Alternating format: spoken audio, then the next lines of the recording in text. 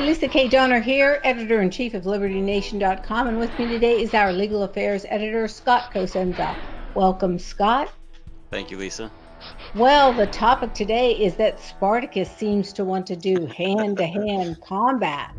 Why carry a gun when you can just fist your way through it? So we're talking really about Cory Booker's new and very aggressive gun control plan that he outlined. Scott, can you talk to us a little bit about that? Well, it is aggressive, Lisa, and if anything, Mr. Booker can get credit or points for being honest and not soft peddling his vehement, I don't know what the right word is, contempt for American gun rights. What he's proposed here, Lisa, is almost a wholesale removal of an entire body of gun rights that Americans have. He's argued for an assault weapons ban and gun licensing, among others, in a sort of parade of progressive anti-gun wants in his proposal. Right. I was thinking as I was looking at it, what liberal leftist ivory tower is this guy in that he never talks to anyone that might own a gun or support the Second Amendment or even have a sense that Americans, by and large, are very pro-Second Amendment? I think this is a perfect example of somebody who's not thinking past their own experience. And what I mean by that, Lisa, is Mr. Booker's a resident of New Jersey. He represents New Jersey in the Senate. He's the former mayor of Newark. New Jersey is hostile to gun rights generally. In the North and in Newark, they're especially hostile to gun rights. And the idea that, what is somebody from, not that I think that it's okay to restrict the Second Amendment rights of urban folks over rural, but in terms of their preferences, what does the rural Arkansas person say whose police officer is 30 minutes away, if you just want to go on that sort of help basis alone, right, rather than on the streets of Newark? So yeah, it's pretty myopic. Scott, I want to read something to you and get your reaction. This is from a Vox article today discussing Mr. Booker's plan, and they write, the plan would go toward addressing a very serious issue. America currently leads the developed world in gun violence. One big reason for that is that America has the laxest gun laws and the most guns of any developed country. The research has consistently found that places with easier access to guns and more firearms have more gun deaths. Well, that's quite simply a lie, Lisa, because if that were true, then we would see within the United States, for instance, places like Vermont, which has very liberal in-carry laws, or Alaska or Montana, where they have what's called constitutional carry. And what that means, for if you don't know, is in many jurisdictions in the United States, if you want to carry a gun, for instance, you have to apply and be licensed to do so. There are various restrictions, including classes, that some jurisdictions require. In other few states, they have what's called constitutional carry, which means if you want to carry a gun, you just pick up a gun and carry it. You're legal and good to go.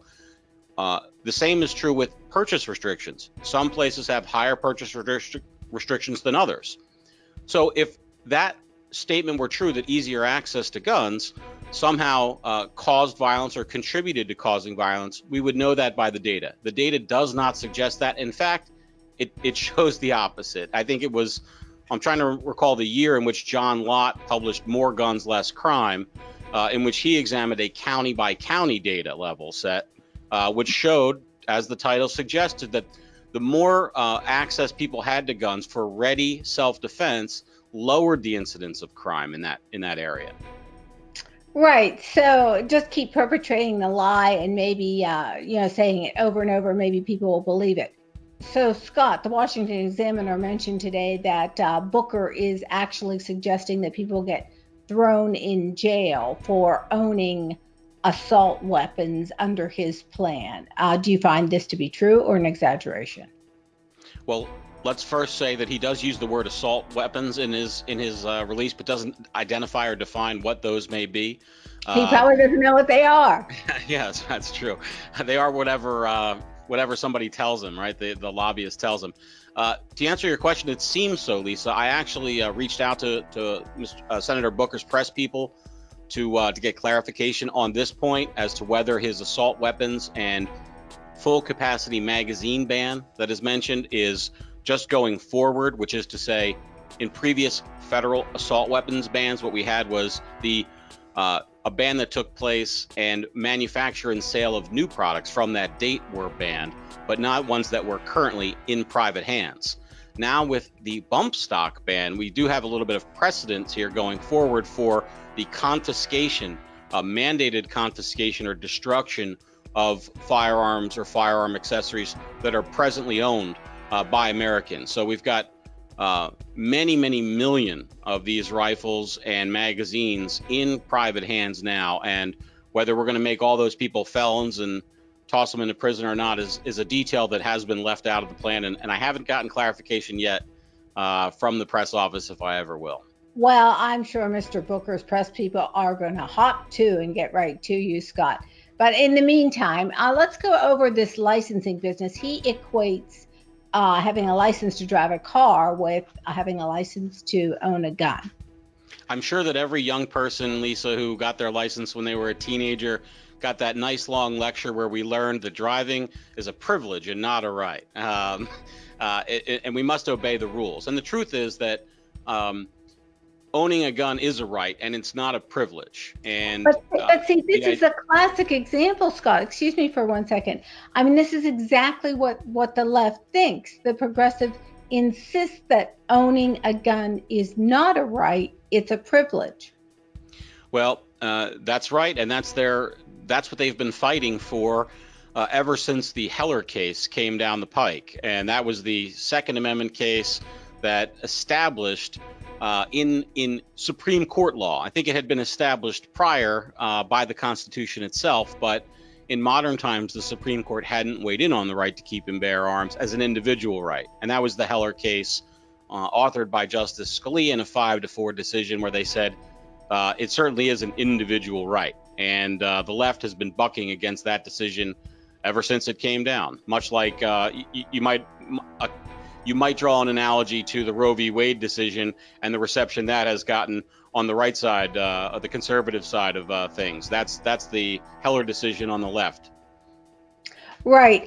He also provides for more funding for gun violence research, which kind of cracks me up because the more you research it, the more you realize that more guns does not mean, more homicides. Well, look at Chicago. If you think about, Mr. Booker's personal experience, the people of Newark, New Jersey, let's say all these laws come to pass, right? Who in Newark is going to be safer if they're passed? Are the law-abiding people who go to work each day to try to raise their family in peace and prosperity, who may wish to have a gun for personal protection, are they safer after this is passed? Are they more likely to sleep soundly, or is it the gangsters who too frequently have control over that city? I think it's a pro-gangster move. I'm not suggesting that's his motivation.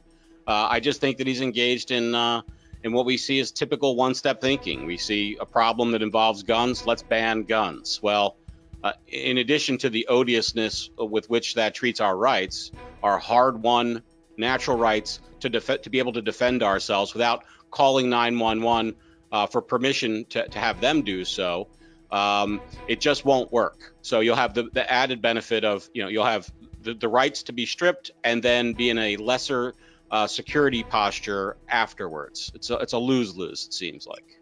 Well, this seems really extreme, but like you said, at least he's being honest about it.